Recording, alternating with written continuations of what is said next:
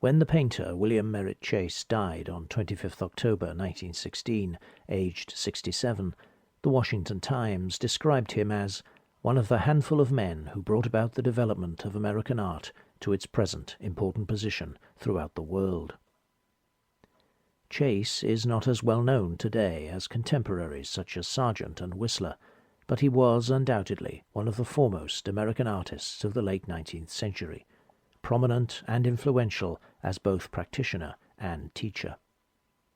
His work has long suffered from obscurity and denigration, but Chase has been rediscovered over the last 30 years or so, and his artistic achievements and influence are once again being understood and appreciated. Chase was one of the most innovative artists of his era. He was deeply engaged with artistic developments in Europe. He had trained in Munich in the 1870s, and throughout his career was highly responsive to new artistic developments and influences. Typical of the advanced character of his works is this painting, Hide and Seek, exhibited at the Society of American Artists in New York in the spring of 1888. It shows two girls playing hide and seek in a large, dimly lit room. In the foreground, one girl peers round the edge of a curtain of gold fabric, across the space of the floor to where her playmate is moving cautiously towards another curtain, dark with an oriental pattern, which hangs in front of a window or doorway, and is edged with fugitive, glimmering light. Hide and Seek brings into play an extraordinary range of influences, including Japanese prints, European Impressionism, and photography. To some critics it appeared to be a picture of nothing, and was greeted with a degree of bafflement. The reviewer in The Art Amateur called it a picture of a dark wood floor, none too flat. And it's true there is a lot of floor in this painting. About half the whole area of the picture consists of the floor. As for none too flat, it is not so much uneven as ethereal, a dark, shimmering void. Indeed, the whole picture is darkly shimmering, in browns, golds, and deep reds, like an image made in oriental lacquer. The room is presumably based on part of Chase's famous studio on 10th Street, New York, which he occupied from 1875 until lack of funds forced him to abandon it 20 years later. Certainly the blue chair in the painting was part of his studio furniture. It can be seen in this 1895 photograph, and in 1886, the year of his marriage to Alice Gerson, Chase had painted Alice sitting in the same chair. But the largely empty room in this painting has little in common with the crowded and characterful spaces of Chase's studio. It is an enclosed and indeterminate void, a transitional space, just as childhood is a transitional time. The composition of the picture consists of a set of intersecting rectangles. The size of the room is conveyed through the positioning of planes rather than through perspective. The curtain and nearest figure create a foreground, the wall, parallel to the picture plane, a background, with the chair and the second figure placed in front of it, the emptiness of the floor stretching between, with the reflections in its polished surface providing the only evidence of its recession. Interior space has been defined, or implied, with minimal means. Everything about the picture is rather minimal.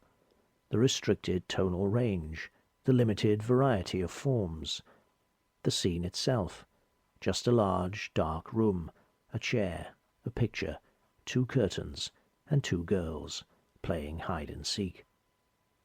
They are both golden-haired and are both wearing light frocks. We can see blue ribbons on the nearest girl's sleeve, and a black ribbon and bow on the back of the other girl's dress. Their backs are towards us, and we cannot see their faces, but they are evidently intensely preoccupied with their game. Chase used the same model for both girls. She was Juanita Miller, daughter of the poet Joachim Miller and his second wife, Abby Leyland Miller. The Millers were family friends of the Chases. Juanita was born in 1880, so would have been about 8 years old at the time Chase was painting this picture. The girl in the foreground is depicted in detail, with her golden tresses of hair inviting us to feel that we could reach out and touch them. In this sharp rendering of a small area, contrasting with the lack of focus elsewhere, Chase drew on the insights of photography. He told his students, "Be like a camera, and as you focus upon one spot, the others lose their distinctness." Her playmate is contrastingly ethereal, insubstantial and ghost-like, illuminated by a narrow beam of light from the edge of the curtain in front of her as she flits across the floor, as if about to vanish into thin air. The nearest girl peers out at her companion as she makes her way across the room to where she thinks her friend is likely to be hiding. The position of the searcher's right arm suggests that she is about to reach out and pull the curtain aside, an action which will let a flood of light into the dark room, but also reveal the emptiness of the supposed hiding place. There is no readily identifiable focus to the picture, leading the viewer's eye to roam across the surface from one area to another, just as the game of hide-and-seek involves moving from place to place without following a particular path. Importantly, though, the position of the hiding girl, cropped by the picture's edges and close to the foreground, makes the viewer identify with her viewpoint and follow the direction of her gaze. The influences Chase draws on in hide-and-seek come from various sources, the very latest trends in European painting, in the works of Degas, for example, with their empty centers, fragmented compositions, and radical cropping, Japanese art, with its raised horizons and asymmetry, and flattened compositions and uses of pattern, but also the old masters Chase revered, Rembrandt, Van Dyck, Hals, and perhaps most of all Velázquez, whose Las Meninas is a direct influence on this and other works by Chase. Contemporary painters, too, the avant-garde of Anglo-American art, particularly Whistler and Sargent, are clearly part of the inspiration for this painting, with its radicalism in the use of space, the placing of figures, and the evocation of atmosphere rather than the creation of narrative.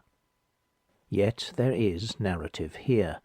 In fact, there is a narrative within another, larger narrative. There is the narrative of the game of hide-and-seek, in which a child hides and is sought, and the wider narrative of childhood, in which games and other forms of play take such a large part.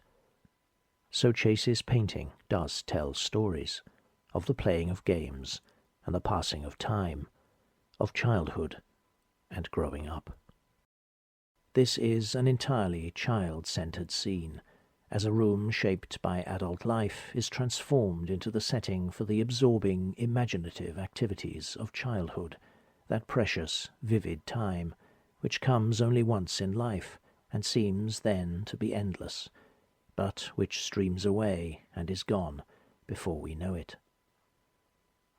The quiet of the afternoon, hours in which adults are off stage and children determine the action. The great spaces of the empty room, so much larger and more exciting for the playing children than for grown-ups with their mundane comings and goings, reconfigured around the enchantment of concealment and discovery. The atmosphere of absorption, suspense, and suppressed excitement, peeping eyes, breath held still, the companionship, the fun, the secrecy, the magic of it all.